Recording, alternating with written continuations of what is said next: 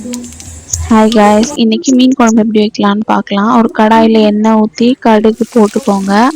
போட்டுட்டு வெங்காயம் 2 கை நல்லா ஃபுல்லாக போட்டுக்கோங்க.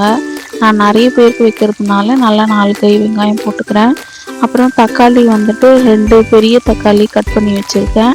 தக்காளி நிறைய சேர்த்துட்டோன்னா புளியும் போடுறதுனால குழம்பு ஒரு மாதிரி ஸ்வீட்டாகிடும். அதனால தக்காளி கம்மியாக போட்டால் போதும்.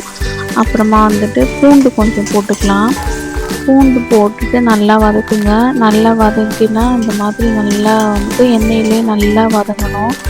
எண்ணெய் வதங்கி எண்ணெய் பிரிஞ்சு வரணும்.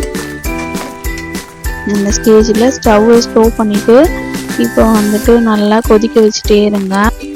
கொதிச்சதுக்கப்புறமா கொஞ்சமாக கருவேப்பிலை கொத்தமல்லி கிள்ளி போட்டு அதையும் நல்லா வதக்கிக்கலாம். நல்லா வதக்கிட்டு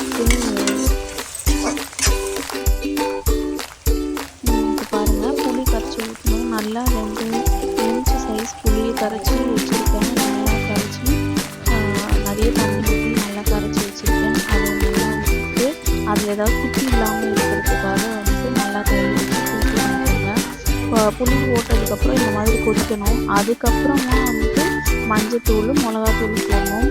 நான் ஒரு 4 ஸ்பூன் மிளகாத்தூள் போட்டிருக்கேன்.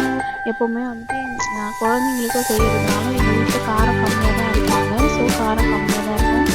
அதனால நானும் குழம்பு மிளகாத்தூளே போட்டுக்கிறேன். எங்கள் வீட்டில் எல்லாத்துக்கும் ஒரே மிளகாத்தூள் தான் இருக்குது. அதுக்குலாம் எதுவும் கிடையாது.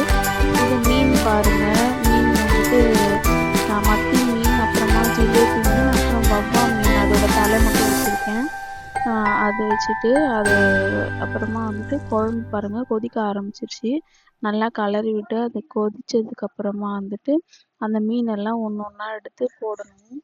இந்த 3 மீன் தான் நான் வச்சுருக்கேன். ஃபிஷ் ஃப்ரை பண்ணுறதுக்காக அந்த வவ்வா மீனோட எல்லாத்தோட உடல்லாம் எடுத்து வச்சுட்டு தலையும் வாலும் மட்டும் போட்டு குழம்பு மாதிரி ஃபிஷ் ஃப்ரை மாதிரி வச்சிருவோம். இதான் எங்கள் வில்லேஜ் ஸ்டைலில் நாங்கள் இப்படி தான் வைப்போம்.